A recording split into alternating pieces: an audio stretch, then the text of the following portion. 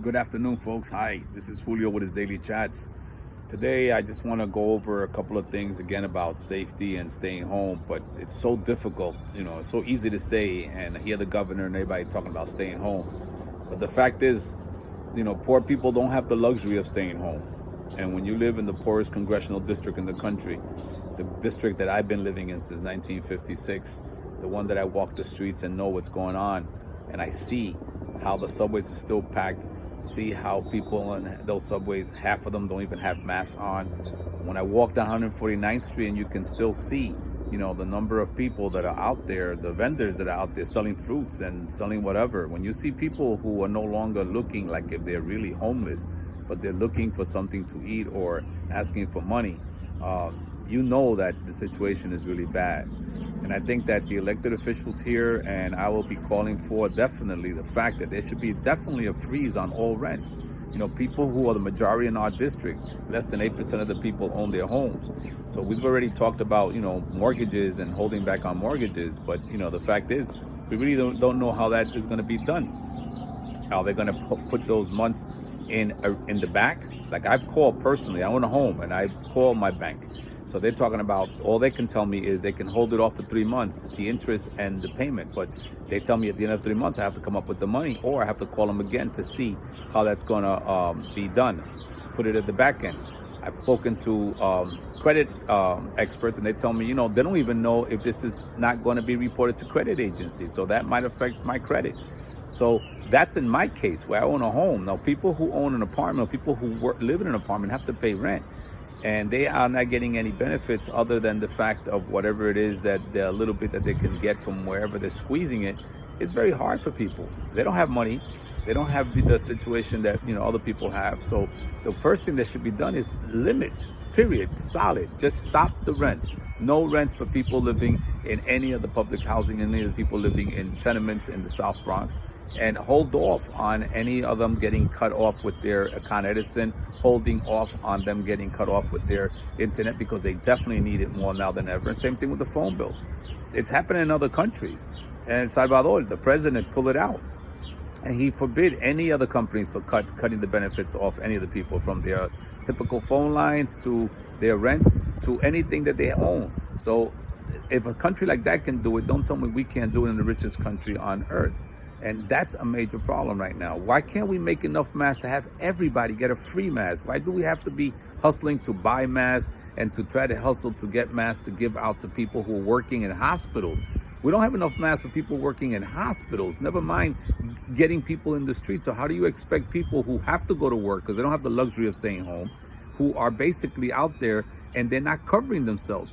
So no wonder that the Bronx, that has less population than Manhattan and Brooklyn, has had the highest number of increases in the coronavirus. We've had more people that died in this borough than died in Manhattan, and we have less population. We have more population. We have less population than they do. They have less population than we do, and we have more deaths. And this is going to continue to rise. And I wrote about that. I put it out in a press release where I said that we need to not forget the South Bronx like we've been forgotten in the past with everything else in the past. Our history has been, the South Bronx has been forgotten. Remember the slogans on our walls back in the 70s and 80s, broken promises. Well, we got to remember that that's the situation here. So while people are talking about all these ways to help and stay home and wear your mask and all these nice things you can do in your apartment, well, the fact is, poor people can't stay in their homes. They have to work. And I see them, they're out there. So if anybody cares to look, and we've been hearing about a lot of these other hospitals like Elmhurst. I heard AOC talk about Elmhurst and the situation out there. But is anybody talking about Lincoln Hospital? What's happening in Lincoln Hospital? What's happening in Bronx, Lebanon, in our district, in the poorest congressional district? Not in the north, not just in Montefiore, and not out there, but in our districts. And you'll see that perhaps numbers will startle a lot of people. So again, I urge all the elected officials who are right now in power, who can do something, put the pressure.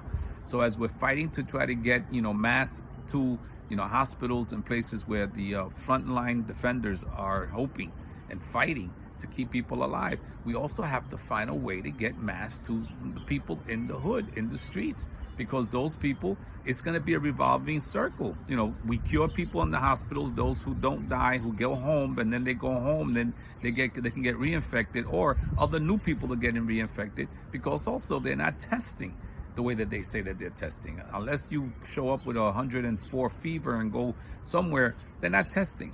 We have friends that have had the coronavirus or that they have the symptoms and they haven't been tested. They're telling them come back or they'll know in 14, 15 days. So this whole situation when it comes to our community is very shabby. It's very badly planned. And God forbid that this could be the next epicenter in the South Bronx if we don't move in the right way. So that's one of my issues for today. We need to get to these elected officials, those who are already elected, those like me who are candidates. I'm going to continue to push like hell, to make sure that some of the positions that we're talking about, how they redline our communities and how that poverty of finance is affecting us directly because people have to work. And on that note, let's start talking about what's going to happen immediately right after this coronavirus and make sure that a lot of the programs that we need are not cut and used as an excuse to be able to rebuild at the expense of our community. So we'll stay in touch. But for now, this is Julio signing off. And remember, I'm going to continue to make this revolution be televised. Ciao.